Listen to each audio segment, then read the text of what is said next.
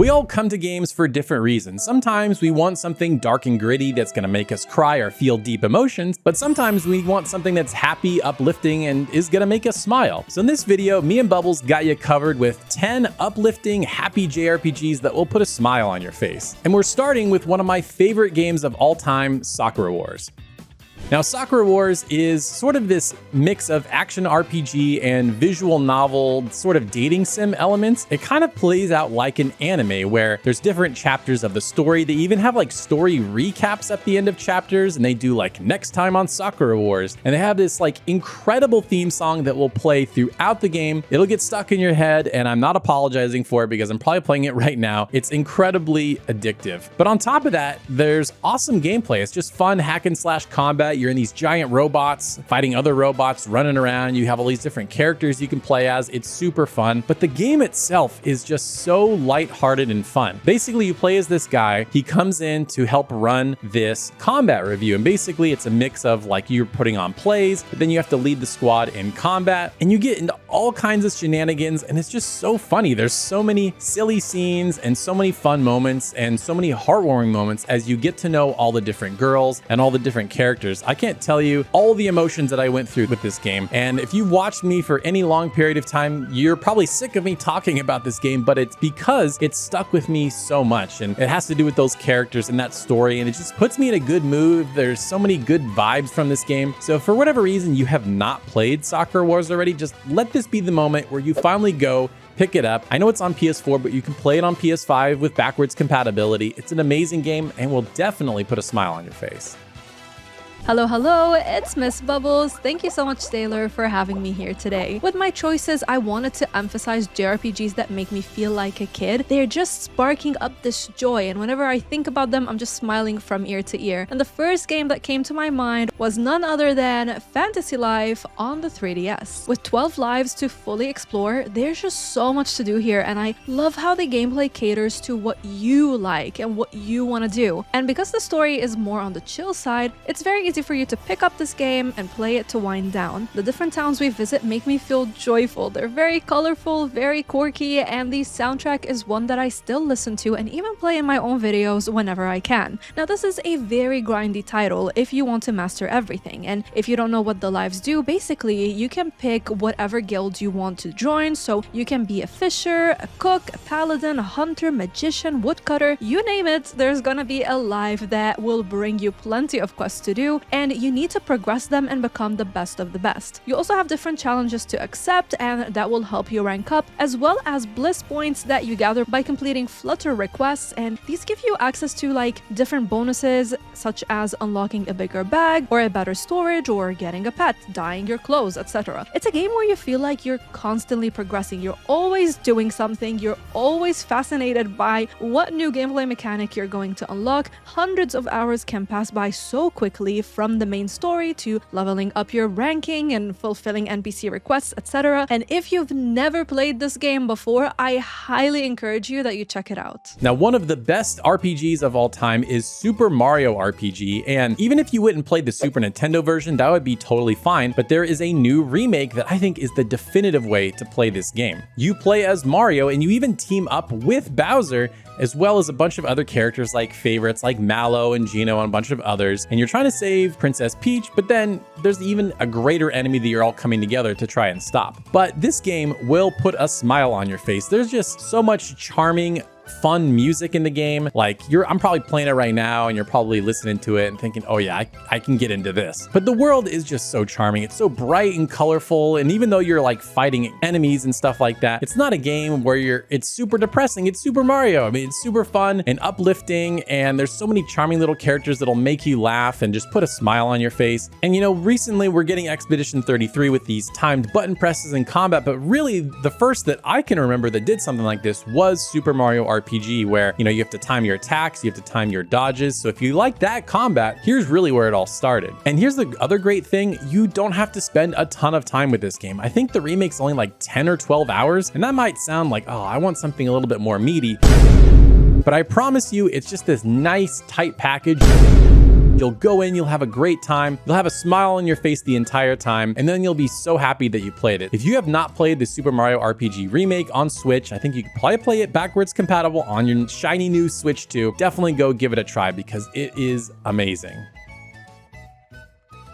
Now, the second game that came to my mind when I was thinking like, Bubbles, what kind of JRPG made you really happy? There's one that just kept coming back, and it's Dragon Quest Builders 2. Am I the only one who has loved it and played it? And I'm begging Square Enix for a third entry. Seriously, if you see me in other collabs, whenever I get the chance to talk about this game, even also in my own videos, I make sure to bring it up. I played the first Dragon Quest Builders game, and it was so tedious for a variety of reasons, but that's a video for another time. Dragon Quest Builders 2, on the other hand, it adds much needed quality of life upgrades, and it brings an engaging story and quirky characters, and it makes such a fun journey of a game. I would literally say, okay, I'm just gonna play 1 hour today, and then I look at the time, 5 hours have passed by, and I'm just here working on different missions, collecting resources, I'm crafting, I'm also working on my base. This is one of the very few games that I got so attached to that I actually refused to finish. I don't know about you, but I am so attached to it. I played it on the Switch, and I bought the PlayStation version earlier last summer, and I tried to play it, but it was so bittersweet. I just don't want that journey to come to an end. The music is so good, the gameplay is extremely addictive, the biomes are varied, and you're given complete creative freedom to build whatever you want. When I think of all of the features in this game, there's just so much here on offer, but the developers introduce it to you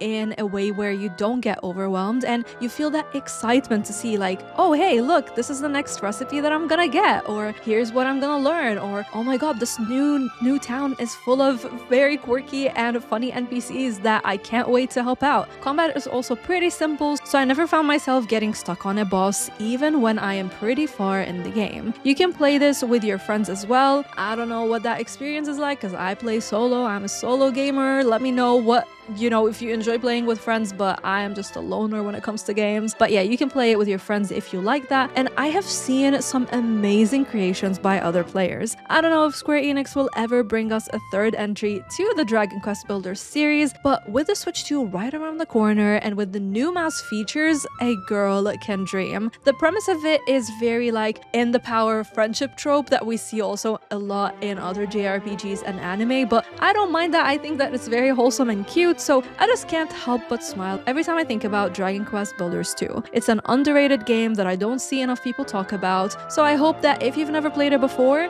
maybe this is gonna be your sign to finally pick it up. Now, a more recent release that I absolutely fell in love with and just beat, and I had a smile on my face while playing, and I think you will as well, is Rune Factory Guardians of Ozma. Now, in this game, you play as an Earth Dancer, and there's 4 villages, all representing the different seasons, and you have to kind of bring them back to life. There's a blight that has taken over the land, and you have to bring it back to life. When you're playing, there's like only a few villagers. The villages are all run down. There's nothing there. But as time goes on, as you start to build up the village and bring life back to it, it just becomes like this beautiful thing. And you can build the villages however you want. You can place the buildings. You can pick where you put the crops. You can pick people that work in the different shops. And I don't know, it's just a very fun, happy, uplifting game. Like, this is not a game where it's dark and gritty and depressing. Like, everyone's smiling. Everyone's having a great time. Everyone's always so encouraging. Like, whenever you talk to any of the characters, they're always just so happy to see you. And plus, the combat and the way this game runs are just amazing. Now, I may have over-exaggerated with my review on Rune Factory 5, saying it was the best one. This is definitely the best Rune Factory game. The combat, while easy, is definitely a lot more smooth, a lot more fun. You have so many more options in combat, and the game runs incredible. I played on PC, ran it at a silky smooth 60 frames per second. If you play on Switch 2, it'll run great. If you like these kind of action RPG mixed with farming, life sim aspects, and you want to give something like that a try, Rune Factory will definitely put a smile on your face, make you happy the entire time you're playing it, and you'll have a great time with it, I promise. For this next entry, I had already written a segment about Visions of Mana, and I was like, yeah, this is it. This is the game that I want to talk about. But then I was like, no, there's another game that I've been playing, and that game makes me laugh out loud every single time because of how crazy and insane and unserious it is that it has to make it to this list. I'm talking about Like a Dragon, Pirate Yakuza in Hawaii. This game it just, yeah, it doesn't take itself seriously whatsoever. These side quests is typical fashion Yakuza, you know, insanity and hilariousness. Is that even a word? But the cast is amazing. The combat is so fluid. It's quick and easy. I know many are complaining about how easy it is, but I'm not gonna lie, I'm loving every single of it. Plus, the amount of skills that you can unlock makes me excited to earn money and reputation points so I can unlock some new moves to test out. I'm also enjoying hopping on my street surfer, beating up bounties, buying gifts for my ship crew, customizing my ship, getting new clothes, eating food. You know, it reminds me of the good old days when I used to play GTA San Andreas specifically, and you know, you go and get your hamburger, and I remember that neighborhood. This game literally makes me feel like that again, and I love it. This is just pure fun with tons of mini games, and it is on the shorter end compared to the Like a Dragon series, so it's a good place to start as well. Also, Goro is like the cutest thing ever, and I'm talking about the cat, which is not a cat, it's a tiger, but Noah calls it a cat. And the ship battles are also fun, and I love looking for treasure and spending time exploring the world. This is one that I have about 20 hours in already, and I just don't want it to end. I don't want the story to end. I'm trying to milk my time with it because I know it's on the shorter end compared to the more recent Like a Dragon games, which easily clock in at 80 to 100 hours. And I'm just embracing every moment. So anytime that I feel like I want a game that is gonna just make me happy, I've been booting up this one, and it never fails. Another JRPG that I really love and makes me so happy, and it's actually like it keeps going like between top 1 and top 2 because there's Fire Emblem Three Houses in there as well, but it's a controversial one. It's Ni no Kuni, and I know Taylor loves the first one, Ni no Kuni, Wrath of the White Witch. I am the complete opposite. I don't like that one. I love Ni no Kuni 2, Revenant Kingdom. This game was one of the very first JRPGs that I ever played, and it was that perfect start for me to try these games out when I'm more so of a Western RPG lover. As you can tell by my background, I love Cyberpunk and Witcher and Fallout and these kind of Western RPGs, so this game was perfect for me to start being introduced into the JRPG world. Switching between characters is very easy. Each one has their own unique weapons, and I love the higgledies. They're very cute. I enjoy collecting them. I appreciate the chibi style characters when you're exploring the map. There's a ton of content to do. These skirmishes are interesting once you get the hang of them, and the story is very simple, so it's like nothing to write home about, but I still like the wholesome vibe here. The kingdom building is pretty surface level with a bit of micromanaging, but I'm happy that it's not that deep. This is another entry that I hope will see a sequel of some kind, or like maybe a spin-off title from Bandai Namco. I actually re-downloaded the game on the Steam Deck recently since I was stuck on a boss battle 30 hours in back in 2018. Then Assassin's Creed Odyssey came out, and I just, you know, squirrel and just went to that. But the moment that I booted up the game again and I just heard that theme song, oh my god, I was smiling and I just felt so happy. Not many games give me that kind of utter happiness, so the moment that I find one that does that and it feels like comfort food to me, I cherish it, and I hope that I can extend that experience as much as I can.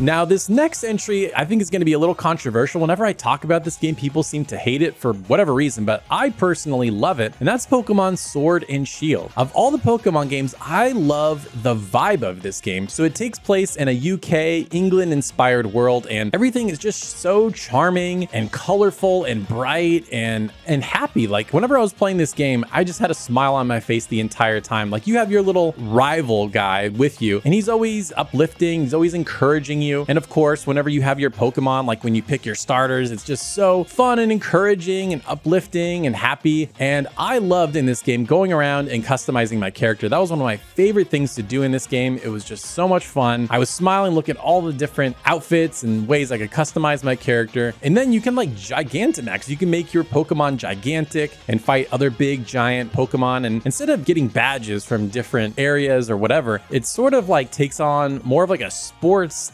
thing where you're like a sports player and you're taking on the different champions of these different regions. So I love that. I love sports. I know I probably don't talk about it much on the channel, but that's one of my favorite things. I love American football. So to kind of bring this into like a big sports arena, I thought it was a really cool twist. Now, there may be some aspects of the game that people are not thrilled with, like they don't have every single Pokemon ever. But if you just take this as a Pokemon game or just an RPG, I don't know, it's pretty happy, pretty uplifting, will put you in a good mood. And for me, I had a great time playing this game, and I hope you will too.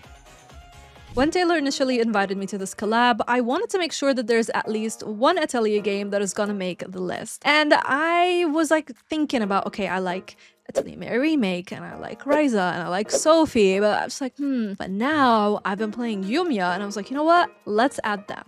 Now, this is a JRPG that has many flaws, and when I reviewed it, I had both a lot of greatness to say, but also bad stuff to point out, especially with that insane camera movements that severely triggered my motion sickness. I also felt like the building aspect was half-assed, so I never engaged with it outside of doing the bare minimum. Apart from that, though, I am loving the story, I'm enjoying the banter between the cast, and I love running around the map. I'm discovering all the question marks and progressing from mission to mission. Collecting resources is quick and easy, and the synthesis mechanic is a lot simpler than previous Atelier games. I think the team at Gust is doing a great job making the games easier for newcomers, but I also know that this may not be what veterans wanted, especially those who prefer turn-based combat and complex synthesis. But man, is this a breath of fresh air for people like me who prefer action combat. The world is massive, I like the enemy designs, the biomes you explore look incredible, and overall, it's a JRPG that has been making me very happy to visit and play every week, and it makes me eager to see if a sequel will come along. If Ryza showed us anything, it is that the developers can keep improving the gameplay mechanics for their trilogy, so if Yumiya gets the trilogy treatment as well, I'm hoping that building will play a bigger part, and the shortcomings of this one will be remedied for the sequel. If you love RPGs, cozy, and farming games, stop by my channel. I also got to preview the Nintendo Switch 2, so I had a lot of thoughts about that. I'm gonna be covering a lot of games on the Switch 2 if you enjoy that.